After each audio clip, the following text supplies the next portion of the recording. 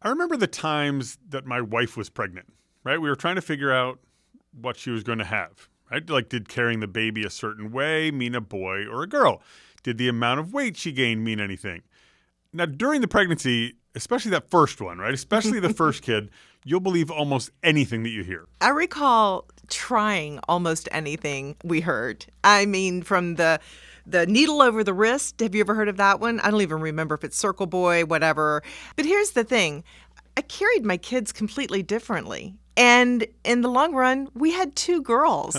So I look at those myths, if you'll call them, as a lot of fun. But that's about it. That's right. Yeah. But the question is, part of my question, I guess, is where did these stories come from, right? I mean, there has to be some sliver of truth, something in there, some sort of science behind all these anecdotes. Hi, everybody. I'm Macy Jepson. And I'm Pete Kenworthy, and this is Healthy at UH. Joining us today is certified nurse midwife Pamela Hetrick with University Hospitals in Cleveland. Pam, thanks for being with us. You're welcome. It's a pleasure. Let's start with this. Can you predict if you're having a boy or a girl based on whether you're carrying the baby high or low, all out in front like a basketball, or equally distributed? And where did all this come from? That's a really good question. So I'm going to start out by saying no. You can't predict. You can't predict much with the sex of the baby. I think it was probably. It's been around longer than I've been a midwife or a human. And I would probably say, pregnancy is so exciting and everybody wants to get involved. So one of the easier things to do in the beginning is say, oh, I think that you're having this. 50% of the time you're right. And you are a rock star, and 50% of the time you're wrong. But it gives people connection. It gives people a lot of fun. I mean, now we have the big gender reveals now. Some of them exciting, some of them disastrous. But no, it's there. There's no true prediction other than really, the ultrasound. Some blood work will show it, but. Until then, people just keep up with the wives' tales and keep having fun and anticipation, really. It's funny you mentioned that it's been around forever, because I recall like my great Aunt Eleanor, all of the elderly people in my family wanted to touch my tummy, and then they could predict something from that. It was just a crazy time. But and our daughter I had a difficult pregnancy, and so there was a lot of testing with our first daughter. And I remember really paying attention to that heartbeat when I was being tested, because that seemed to mean something. Where does that come from? I don't know, but what's interesting is my niece was supposed to be a boy because of the heart rate, and my sister-in-law's obstetrician fed into that, and out came a beautiful baby girl. And I don't know where it came from. I always say to patients, the first thing, that first time that we hear the heart rate and their face lights up, usually they'll say to me, what's the heart rate? And I'll, 161. Well, that's supposed to be a boy. What do you think? And I'm like, well, I think that if you put your hand in your pocket and you flipped a coin, half the time it's going to be heads, half the time it's going to be tails. I'm like, I don't know. But they trust me to feel like I am the absolute expert in this telepathic, it's a boy or girl. And the myth with the heartbeat is what? Slower, it's a boy? Slower, it's a girl. Okay. Faster, it's a boy. Okay. I don't know what would be considered fast or slow. So they do lean toward you to set all that straight. And really, in early pregnancy, when you are getting the fetal heart rate for the first time, it usually is 160 to 170. That's just how physiologically, the development of the heart is. So most of them, when I'm listening, and people out there listening, think back to that first appointment, it's usually somewhere 160 to 170, which is normal for a pregnancy that's like 10 to 13 weeks. And is that considered fast or slow? That's considered, it's fast. Yeah. It will decrease over. So everybody's having a boy early. Correct, right. Well, this must be true, because I craved root beer floats and Starbursts, and I had two girls. There must be some science to that, right? You crave sweets, you get a girl. No. Okay, so before we move on with the predicting the sex of the baby, just to confirm, the only real way to confirm a sex of a baby is the ultrasound, right? Yeah. I mean, I would say that that's pretty standard, safe, 19 to 20 weeks, halfway point of the pregnancy. So it gives you something to look forward to if you decide to find the sex of the baby. One little nugget, though, I'm going to talk about a patient years ago, and 34 weeks she came in and she's like, I can't do this anymore. I need to know the sex of my baby. And I was like, well, and she's like, look at the ultrasound report. And I said, okay. And she said, what does it say? I said, it says gender normal. And she goes, well, what's normal? I go, the gender of the baby. She goes, but is it a boy or a girl?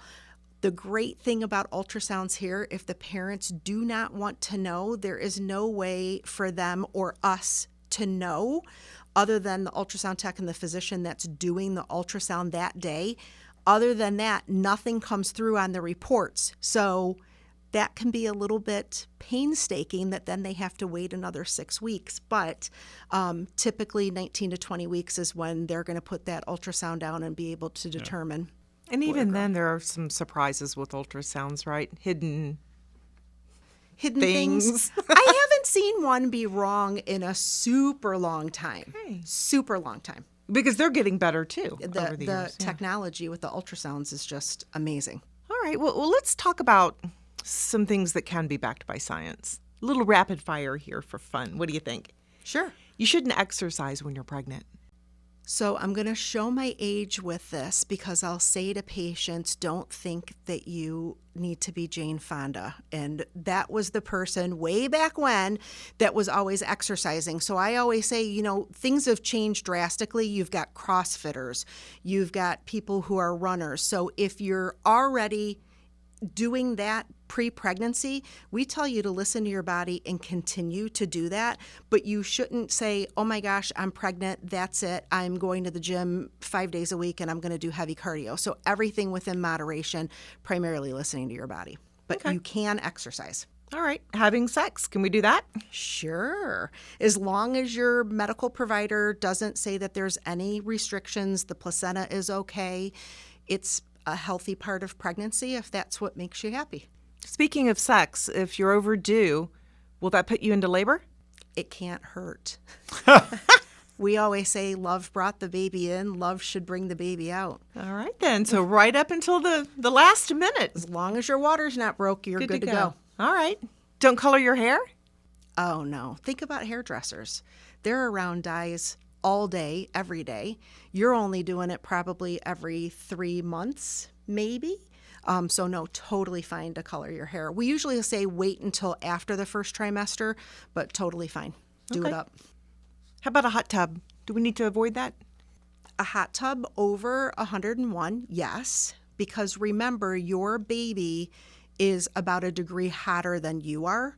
So submerging yourself, and there was some evidence years ago that talked about the neural tube closing, that there was an increased risk of neural tube defects if a mother submerged herself in a tub that was greater than 101. So it shouldn't, any tub, even a tub at home, a hot tub, it shouldn't be painful to go in. And I think everybody's gotten in that bathtub and it's like, oh my gosh, I can't sit down. It's too hot and you're pulling your leg out. So making sure that you're hydrated, making sure that the temperature is not over 101. That even includes our tub here on labor and delivery at Mac House, is that we're super specific with the temperature of the water.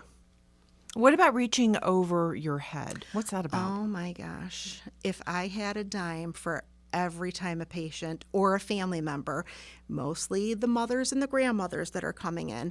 So there is a wives' tale that if you put your hands above your head, that the cord is going to get wrapped around the baby's neck, which is totally not true. Reaching is fine. The way that cords get wrapped around the neck is usually 20-ish weeks. The baby's super, super active, doing somersaults, and they actually will gently get themselves with the cord around the neck. But the reassuring thing is 4 out of every 10 babies are born with at least one cord around their neck, and it usually doesn't pose any problems. All right. Let's move on here to food. This is a big one, right? Yes. Diet is always a big one for moms. I remember my wife was big into filet of fish. Oh. She hates it normally, right? But it was like this that's weird. craving that she had. And grape jelly toast, I think, was her other thing. Like, make me some toast with grape jelly on it. So let's hit on a few of these, what diet means. First up, you're allowed to eat however much you want because you're eating for two. Incorrect. Uh-huh. You should not have the mentality for eating for two, because we know from literature and research that actually too much weight gain can affect pregnancy with the increased risk of a C-section, diabetes, hypertension. So throw that right out. Throw that one out the window. How about caffeine or seafood? Safe or no? A little bit of both. Of course, I'm going to tell you to eat lobster whenever you can, but everything should be done in moderation. There's certain fish that we say absolutely not. Tilefish, swordfish, mackerel should not be consumed, even in a child up to age 5. But everything else in moderation is okay, as long as you're not doing it the majority of the days of the week.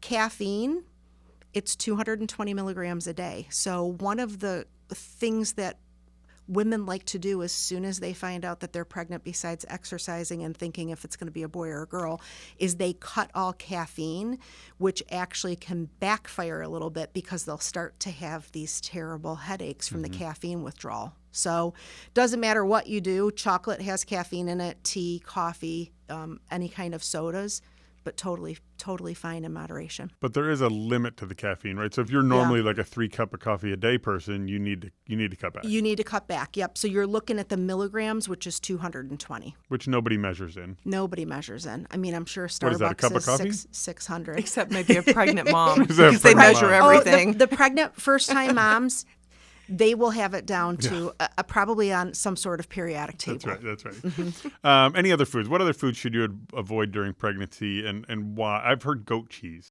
Yeah, so some of the cheeses that are soft and mushy, so I always say with a smile, any cheese that's good with a glass of red wine should probably be avoided unless it's heated. So if you've got your blue cheese and you're making a buffalo chicken dip and you're heating it up, that's safe. But we worry about listeria. And it's the same concern that we have with lunch meat. So if you're going out to Subway or Jimmy John's, you want to have it toasted just to burn off some of that listeria if it's present. I would definitely not recommend getting any from like the shelf, like the Oscar Mayer stuff, because you don't know how the refrigeration process has been. But again, you want to limit but not restrict your lunch meat. That kind of makes me want to limit anyway, and I'm not pregnant. Just hearing that scenario. Well, yeah, you don't know. Any other foods before we leave foods? Sushi, so raw fish. I would say if you're getting it from somebody super reputable, you're probably okay to indulge in that one piece that you have to have. But raw fish, raw meat, so make sure that your steaks are cooked or your beef's cooked at least medium, and then pork and chicken the whole way through, no translucency. Everything else, you're good to go. And it is true what you said with your wife. Stuff that people have absolutely loved, they smell it or they get it in their mouth and they don't want anything to do with it for the rest of the pregnancy. So it can be super interesting. So try some things that you didn't think that you liked prior to being pregnant. Okay, expand your horizons. Yeah. The whole heartburn during pregnancy and whether or not your baby's going to have a lot of hair, I never understood the correlation. I wish I could tell you, Macy. But you will hear patients say all the time, oh, I have terrible heartburn, or, hey, I had heartburn. Look at how hairy my baby is. I always say my first one, I had a bad gallbladder that I didn't know was bad during pregnancy, and he was bald. And I had never had indigestion in my life, so I thought I was going to get this gorilla baby coming out, and he was bald. He was cute, though, but he was bald. There's no correlation, but, heartburn is a super, super common complaint of pregnancy, but it doesn't yield that your baby's going to be hairy. Here's one that I think has some research behind it.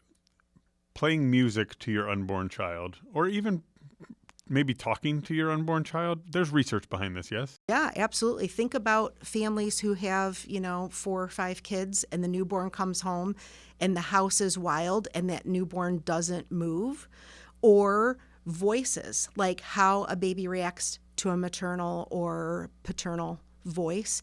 So there's a lot of research that reading to your baby increases not only bonding, but the baby remembers the music. It remembers the words on how mom speaks. So absolutely, talk to your baby. I always say talk to your baby, rub your baby, put some nice lotion on your belly and kind of connect. But no, definitely, that's true. You were telling us before we even got started that most people know the sex these days. And, just to wrap up, to me, I feel like that's kind of a shame because this is so much fun, just the game of it all and the guessing and the asking and all of that. It just is, it's a lot of fun, even if it isn't backed up by science. Oh, yeah. It gives you something to look forward to and some excitement and some positivity in the world, which we need. Yeah, for sure. Is there anything you wanted to add? Any wives' tales that we didn't cover? Oh, I've heard lots of what. I'll tell you the 2 that I heard that I was kind of like, I have never heard that before. Don't go to a funeral when you're pregnant because the spirits of the dead might enter your abdomen. Well, that makes perfect sense. Yeah.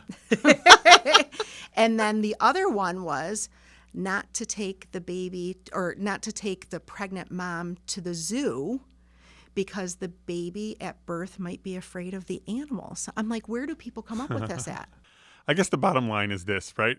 Anything you think might have some scientific evidence, anything you find on the internet, just talk to your provider, right? Absolutely. And go to trusted sites. We give you trusted sites to go to that aren't going to get you down a rabbit hole that makes you so afraid. We want you to enjoy your pregnancy and have fun. Great advice and a lot of fun today. Pamela Hetrick, a certified nurse midwife at University Hospitals in Cleveland. Thanks for joining us. It's been fun. Thank you. And remember, you can find and subscribe to this podcast on Spotify, iTunes, Google Podcasts, Pandora, or wherever you get your podcasts. Search University Hospitals or Healthy at UH, depending on where you subscribe. For more health news, advice from medical experts, and Healthy at UH podcasts, just go to uhhospitals.org/blog.